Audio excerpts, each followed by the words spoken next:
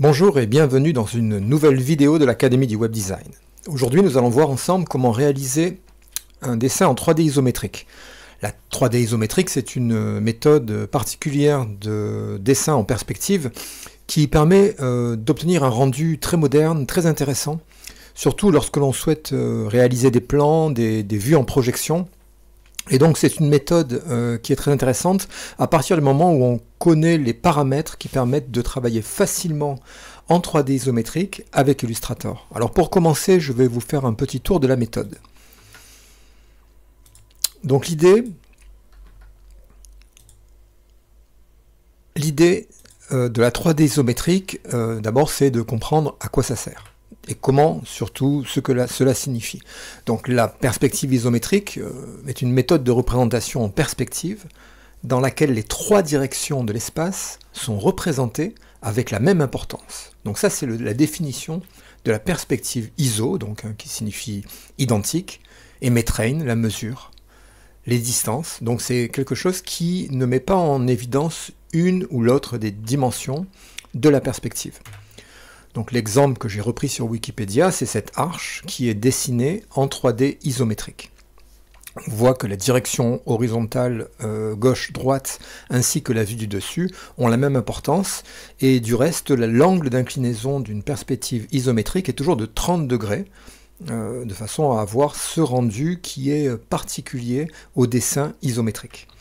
Alors, voilà un exemple donc de ce que peut donner un dessin en 3D isométrique. Ça sert souvent à expliquer, à ce qu'on appelle les explainers, à expliquer des schémas. Moi j'ai fait beaucoup de dessins comme ceci sur l'aéroport de Nice pour décrire tous les types de procédures d'embarquement, de débarquement, etc. pour une très grosse entreprise française. Et donc j'ai beaucoup travaillé en 3D isométrique. Alors globalement, le principe que l'on va utiliser est le suivant. On va partir d'une grille en 2D sur Illustrator. Cette grille-là, on va lui appliquer une rotation à 45 degrés, de façon à se retrouver dans un plan de projection différent. Une fois qu'on aura appliqué cette rotation de 45 degrés, nous allons travailler l'échelle verticale de cette grille à 57,74%, de façon à l'écraser dans le sens de la hauteur, dans le sens vertical. Nous allons avoir comme ceci une projection isométrique parfaite. Une fois que nous allons avoir donc cette projection isométrique parfaite, on va voir comment réaliser des actions automatiques sur Illustrator de façon à pouvoir appliquer l'action sur un dessin que nous ferons en 2D. Donc là j'ai pris l'exemple d'un carré bleu. Nous allons à ce carré bleu lui appliquer une échelle horizontale de 82%. Donc ce qui va avoir comme rendu de le rendre beaucoup plus fin. Ensuite, nous allons lui appliquer une échelle verticale de 72,5%, et c'est exactement les chiffres qu'il faut appliquer pour la 3D isométrique. Ensuite, nous ferons une déformation, alors skew en anglais, S-K-E-W de 30 degrés. Et enfin, nous terminerons par une rotation de 30 degrés, ce qui remettra la projection de notre dessin dans le plan isométrique. On voit que les parallèles sont bien respectés, et que si j'aligne ce dessin sur ma grille en 3D isométrique, eh bien le rendu est excellent. On fera également deux autres projections. Une projection pour avoir le plan vu du dessus, où on intervertira seulement le signe de la rotation ou de la déformation. Et également une troisième projection pour avoir le plan, l'autre plan, c'est-à-dire la vue de gauche, et ainsi nous aurons donc la vue de gauche, la vue de droite et la vue par-dessus. Donc on va se retrouver sur Illustrator pour continuer la manipulation. Donc on se retrouve sur Illustrator, voici le résultat final. Nous allons donc créer une grille isométrique telle que la grille qui est en arrière-plan de mon document Illustrator. Et nous allons comme ça pouvoir dessiner directement sur la grille à partir de dessins soit directement dessinés dans la grille, soit ces dessins seront processés par un script d'action qui permettra de projeter le dessin en 2D dans la grille isométrique. Par exemple, si je prends ici dans cet exemple-là voilà, cette figure-là, il me suffira simplement de sélectionner la figure, de sélectionner la bonne projection, donc vue du haut, de gauche ou de droite. Je vais prendre par exemple vue du haut, et de lancer mon script pour qu'automatiquement Illustrator me permette de projeter dans la grille le dessin en 2D. De la même manière, ça permettra également, hein, même sur n'importe quelle forme, de la projeter dans la vue de gauche, hein, la projection de gauche, ici. Donc elle sera perpendiculaire à cette projection-là, ici. Soit dans la vue de droite, et ça sera la troisième action que nous allons réaliser, et donc elle sera à ce moment-là dans la projection de la vue de droite. Alors, nous allons donc effacer tout ça, et nous allons refaire, nous allons tout refaire à partir de 0. Donc je vais supprimer également mes actions, et je vais les mettre à la poubelle. Alors la première chose que nous allons faire, c'est nous allons utiliser l'outil grille rectangulaire, c'est le quatrième outil en partant du haut. Alors il faut évidemment activer dans la barre d'outils les réglages avancés de façon à avoir l'intégralité des outils d'Illustrator. Attention, par défaut vous avez les versions de base où il n'y a qu'une seule colonne. Pour avoir l'intégralité des outils, vous allez devoir aller sur la barre d'outils et cliquer sur Avancer. Ensuite vous allez double-cliquer sur l'outil grille rectangulaire et saisir les informations suivantes: 2000 pixels par 2000 pixels, séparateurs horizontaux 64, séparateurs verticaux 64. Ça va nous donner une grille, voilà, une grille qui va être... Donc on va sélectionner, nous allons sélectionner donc 2000 pixels par 2000 pixels, 64 horizontaux, 64 verticaux. Voilà, donc ça donne la grille. Alors je vais la centrer sur le plan de travail, ici. Voilà. Alors cette grille-là, la première chose que nous allons faire, nous allons faire une rotation de 45 degrés. Donc vous double-cliquez sur l'outil rotation, et là vous rentrez 45 degrés. Voilà, donc là, comme ceci, on a créé donc... Attendez, je vais lui mettre une couleur de contour, parce que là, elle n'a pas de couleur de contour, c'est pour ça qu'on ne la voit pas. Voilà. Hop.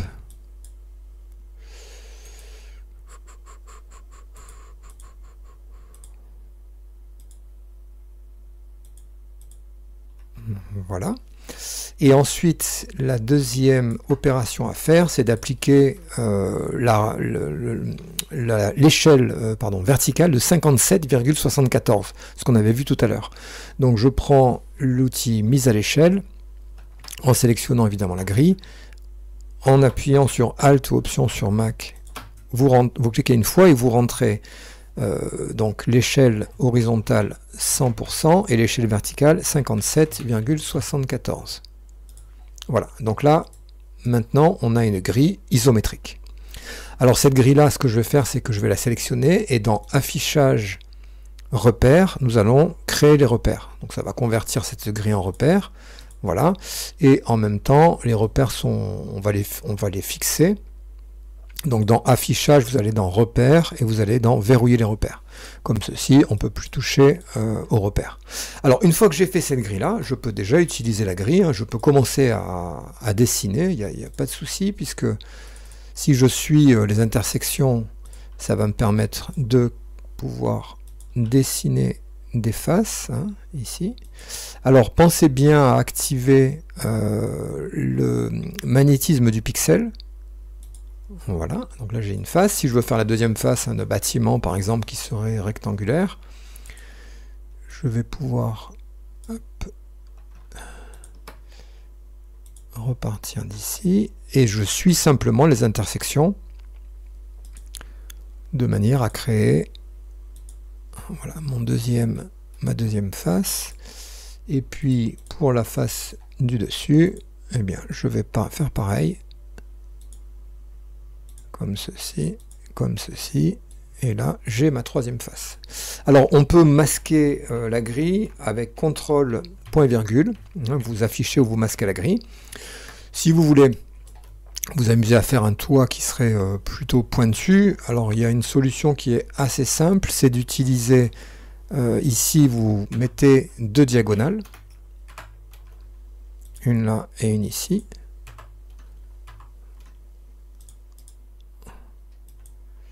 Voilà. Après, ça vous permet comme ceci de venir prendre ici, de venir créer ici la diagonale. Hop. Et ensuite, vous pouvez l'étirer comme ceci, de façon à monter un toit, par exemple, hein, comme ceci. Et celui-là, ici, ici, ici. Voilà. Alors, bon, il faut bien être magnétique, hein. Hop.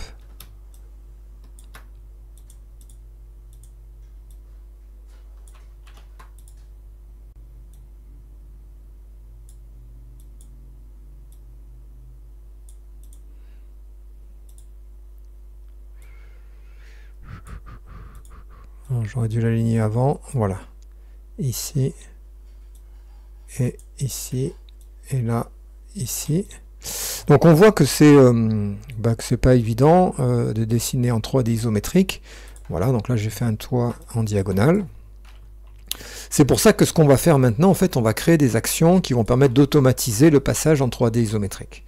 Alors pour faire cette chose-là, ce qu'on va faire, c'est que voilà, donc ça je vais le laisser ici. On va utiliser le script d'action. Donc le script d'action, vous allez le trouver dans la fenêtre script d'action. Et là, globalement, on va créer un nouveau dossier, ici, hein, donc on clique sur dossier, qu'on va appeler action isométrique. Isométrique. Comme ça, vous l'aurez. Voilà, donc ça va créer un dossier, hein, puisqu'il y a des scripts d'action par défaut qui sont livrés avec Illustrator, là-dedans.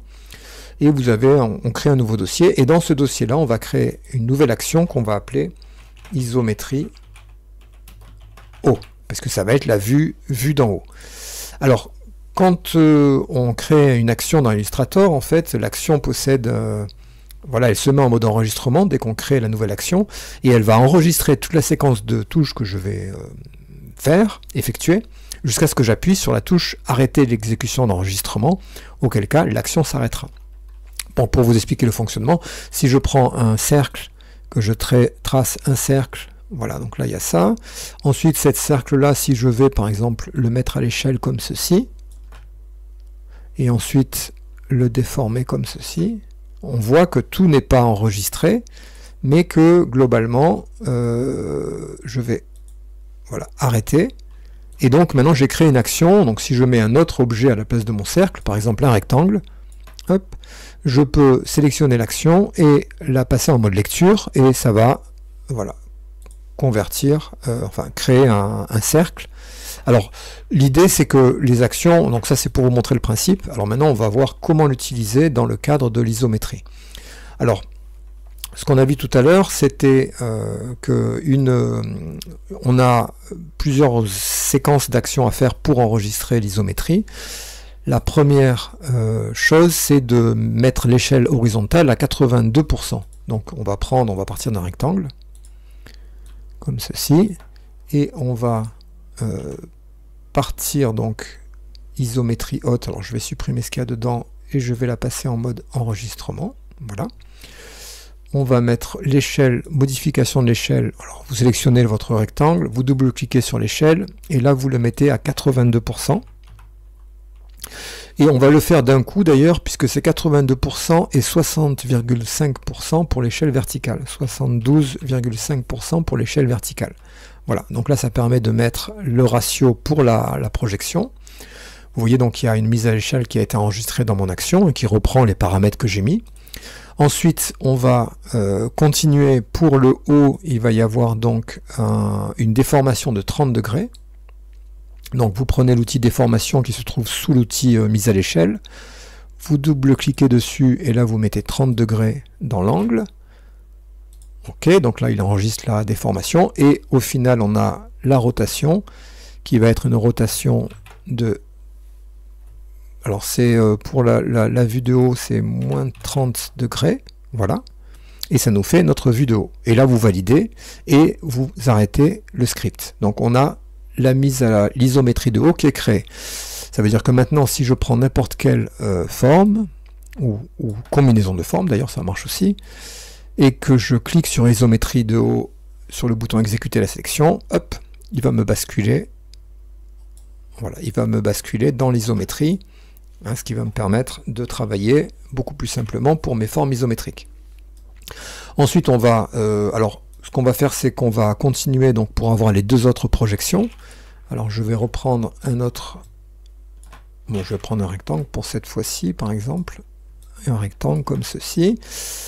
Je vais créer une nouvelle, je vais créer une nouvelle action. Je vais appeler isométrie gauche. Alors, je peux mettre une couleur, etc. Hein, donc, OK. Alors, elle est en mode enregistrement. Donc, on passe la première étape, c'est la mise à l'échelle. Donc, on sélectionne la forme, vous double-cliquez sur mise à l'échelle, et là, c'est les mêmes paramètres. Hein, donc, vous validez, il enregistre la mise à l'échelle. Ensuite, il y a la déformation. Vous double-cliquez 30 degrés, OK. Et ensuite, on a la rotation. Cette fois-ci, c'est 30 degrés aussi, et pas moins 30. Et là, vous avez la projection, et là, vous arrêtez. Et là, vous avez la projection dans ce plan ici. Donc là, ça fonctionne parfaitement. Donc, il nous reste maintenant la dernière projection. Donc, je repars d'un rectangle. Je crée une nouvelle action que j'appelle isométrie droite. Voilà, j'enregistre. Alors, la première action est identique, hein, donc c'est la mise à l'échelle. Donc je double-clique et je fais 82%, 72,5. OK. Ensuite, il y a la déformation. Alors la déformation, maintenant, c'est moins 30 degrés. Hein, c'est dans l'autre sens. Et la rotation, moins 30 degrés aussi. Donc voilà. Et ensuite, j'arrête l'enregistrement de l'action. Et donc j'ai le plan ici, hein, qui est parfaitement... voilà. Donc là, on a maintenant les deux... On a les trois projections qui nous permettent de bâtir bien ce qu'on veut, hein, puisque on peut projeter un dessin, n'importe quel dessin d'ailleurs, hein, même si je fais une forme, par exemple je vais faire une forme comme ceci. Voilà, ça par exemple ici, on va faire ça. Ensuite ça, je vais le dupliquer. Ça, je vais faire une soustraction, et ça, une soustraction. Voilà, imaginons qu'on ait cette forme-là. Et bien, si je veux la basculer en isométrie de droite, je lance le script dessus. Et voilà, la forme a été projetée dans mon espace isométrique, et donc je peux construire le reste de mon dessin. Alors j'espère que vous avez bien compris le principe du dessin isométrique sur Illustrator, hein. C'est surtout pour éviter de passer en 3D, parce qu'on a un rendu vectoriel qui est très intéressant. Si vous avez des questions, c'est dans les commentaires, n'hésitez pas, hein. Dans le monde du digital, il faut être au courant du maximum de fonctionnalités, de techniques pour être un bon designer. Je vous remercie et je vous dis à bientôt pour une nouvelle vidéo de l'Académie du Web Design.